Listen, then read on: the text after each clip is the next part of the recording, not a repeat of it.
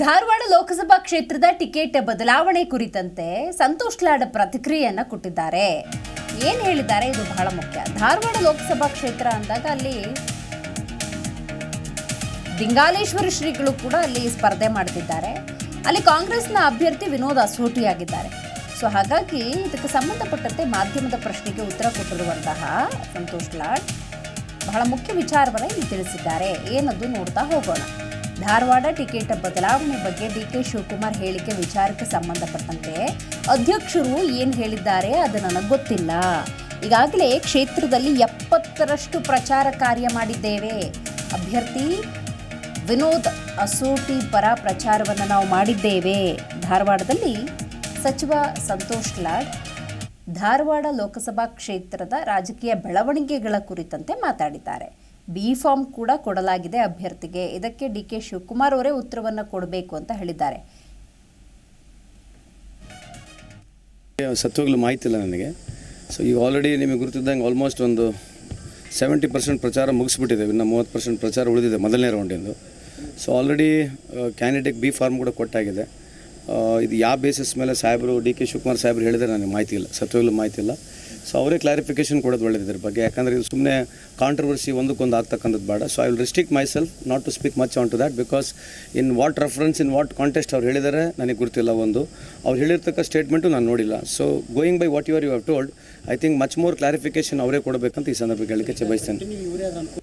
ಅಲ್ಲ, ಕಂಟಿನ್ಯೂ ಅನುಕೂಲ ಯಾರಾದರೂ ಅನುಕೂಲ ಆಗುತ್ತೆ ನಮಗೆ. ಬಟ್ ಪರ್ಟಿಕ್ಯುಲರ್ ಆಗಿ ವಿನೋದ್ ಅಸೋಟಿ ಅವ್ರು ಆಲ್ರೆಡಿ ಕನೆಕ್ಟ್ ಎಳೆದ್ಬಿಟ್ಟಿದ್ದೀವಿ. So I think 70% of canvass is done. So ಇದ್ರ ಬಗ್ಗೆ ನಾನು ಮತ್ತೆ ಹೆಚ್ಚಿನ ಸ್ಪಷ್ಟೀಕರಣ ಕೊಡ್ತಾ ಹೋದ್ರೆ ಹಾಗೆ ನೀವು have more questions. So to draw line on this ಒಂದ್ಸಲಿ ನೀವು ಡಿ.ಕೆ. ಶಿವಕುಮಾರ್ ಸಾಹೇಬ್ರಿಗೆ ಮಾತನಾಡ್ತಕ್ಕಂಥದ್ದು ಒಳ್ಳೆಯದು. ಇಲ್ಲ ಗೊತ್ತಿಲ್ಲ, ಈಗ ನೀವು ಹೇಳಿದಿರಿ ಅಲ್ಲ, ಹೇಳ್ತೇನೆ, ಖಂಡಿತವಾಗಿ ಹೇಳ್ತೇನೆ. ಅವ್ರಿಗೆ ಗುರುತಿರುತ್ತೆ. Is well aware of everything. So ಅವ್ರು ಯಾವ ರೆಫರೆನ್ಸಲ್ಲಿ ಹೇಳಿದರೆ ನನಗೆ ಗೊತ್ತಿಲ್ಲ. ಐ ರಿಪೀಟ್, ಅವ್ರು ಯಾವ ರೆಫರೆನ್ಸಲ್ಲಿ ನನಗೆ ಹೇಳಿದಾರೆ ಗೊತ್ತಿಲ್ಲ. ನೀವು ಅಧ್ಯಕ್ಷರಿಗೆ ಮಾತನಾಡೋದು ಒಳ್ಳೆಯದು ಈ ವಿಷಯದಲ್ಲಿ. ಫಾರ್ಮ್ ಲಾಸ್ಟಿಗೆ ಕೊಡ್ಬೋದು, ಚೇಂಜಸ್ ಇದು ಆ ಥರ ಇಲ್ಲ ಅನ್ಸುತ್ತೆ ನನಗೆ.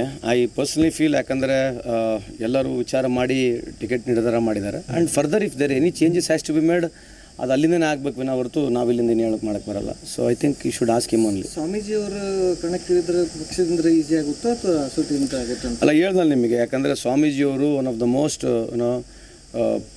ಪವರ್ಫುಲ್ ಇದ್ದಾರೆ, ಜೊತೆಗೆ ಪಾಪ್ಯುಲರ್ ಕೂಡ ಇದ್ದಾರೆ. ಭಾಳ ಅತಿ ಉತ್ತಮವಾದ ವಾಗ್ಮಿಗಾರರು ಅವರು. He speaks very well.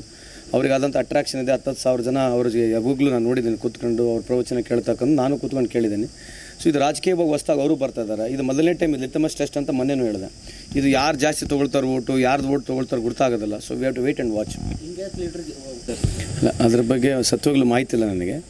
So ಈಗ ಜಿ ಕನ್ನಡ ನ್ಯೂಸ್ ಈಗ ನಿಮ್ಮ ಮನೆಯಲ್ಲೇ ನೋಡಿ.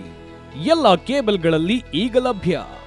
ಸನ್ Direct 292, Jio TV 1334, U digital 162, city cable 51, GTPL 17, Abhishek cables 821, rock line telecommunication 51, Shri Basaveshwara number 60, Vinayaka digital number 53, in digital number 896ರಲ್ಲಿ.